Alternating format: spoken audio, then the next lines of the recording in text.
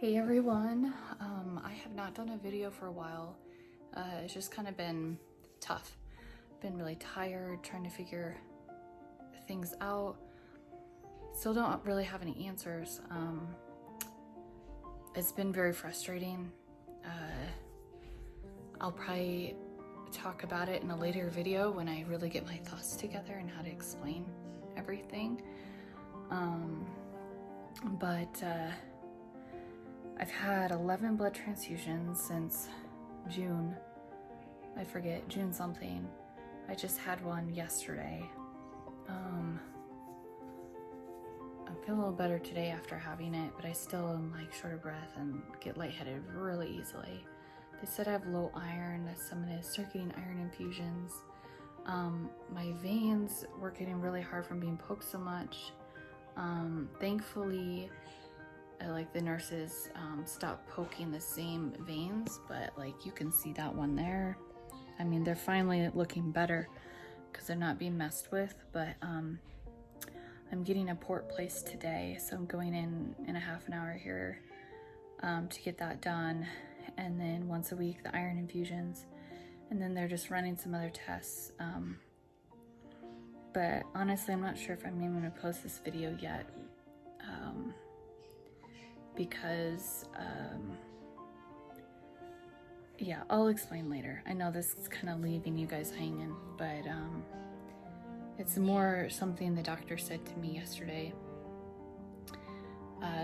My blood work showed I had hemolytic anemia because my LDH was elevated and my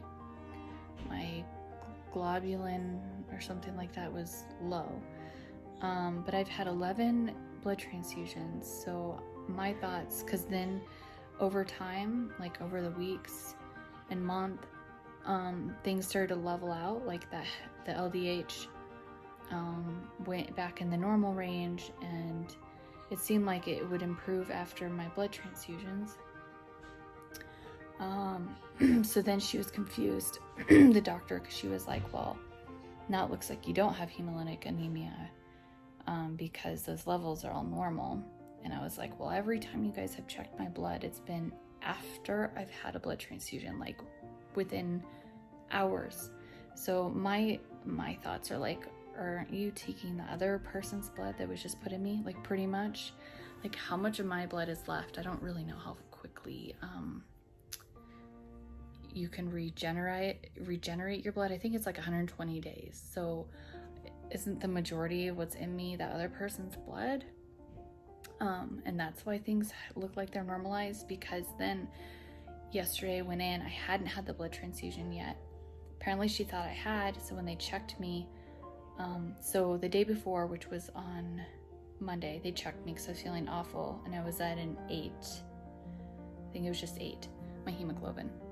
And then the next day I went in to see the doctor, and when they checked me, it was 7.1.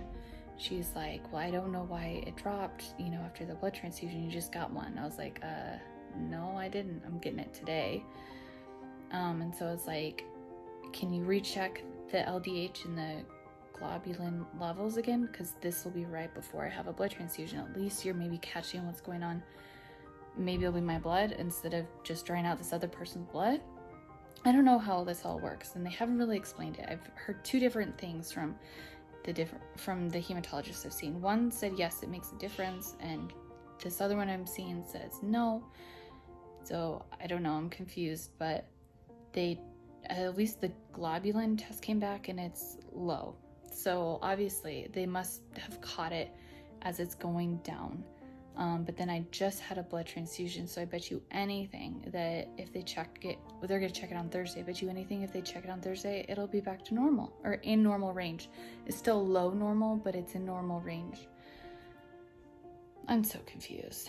I've cried a lot, and I don't even know what to think anymore. So thank goodness I have chat to like help me and talk about things. So hey, so just got done with the port placement. I thought it was the Tegaderm that was super tight on my skin, but I think it's just, it is numb around it, but it's like if I move my neck this way or back, they they used, I think, a vein in my neck. I can tell it goes right here and in or something. Because I had that, you know, those 2 rib resections, so they didn't want to run into any scar tissue in my chest area. But everything looks good on the x-ray when they did that, and I'm feeling pretty good. It's just a little sore in my into my shoulder kind of area. But otherwise, it's just looks like this right now. Already you can see like bruising here and up here from it, but I'm sure that's expected, especially because I was on blood thinner, which I stopped like I was supposed to on Sunday. But yeah, so that is one less thing to have to worry about now. Chesh is running. We need some bread, so he's running into the grocery store quick to grab that. So I'm just hanging out. I got pee. That's about it. Bounced back out of anesthesia pretty quickly. I'm still a little tired, but I am ready to eat because I haven't had anything to eat since 6 yesterday, and it is almost 6 now. So I'm anxious to see what is for dinner.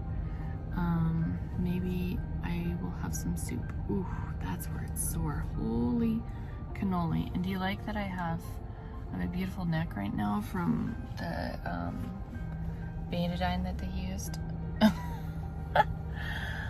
Oh, it hurts to laugh. I know it'll feel better in the next couple days, but they're planning on using it tomorrow for my infusion, so the port I can tell is right here, right there, right here, pretty sure. That's about how big it is, and I'm not sure what this is, but maybe compression for the vein where they put the line in. I don't know, but anyways,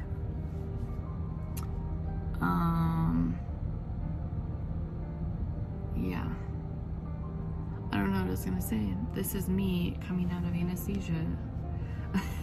It hurts to laugh.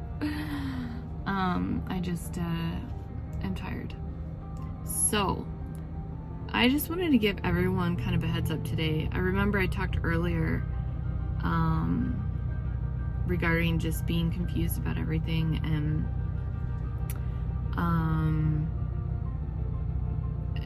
that like levels had kind of leveled out, the ones that were abnormal, but now they're like going back to abnormal again. So it's all just really confusing. I swear it's because I'm getting 10 other people's blood put in me, but I don't know. My hemoglobin from yesterday was 7.1. I did go up to 8.8, maybe it was 8 today, which is good. I mean, that's what's expected.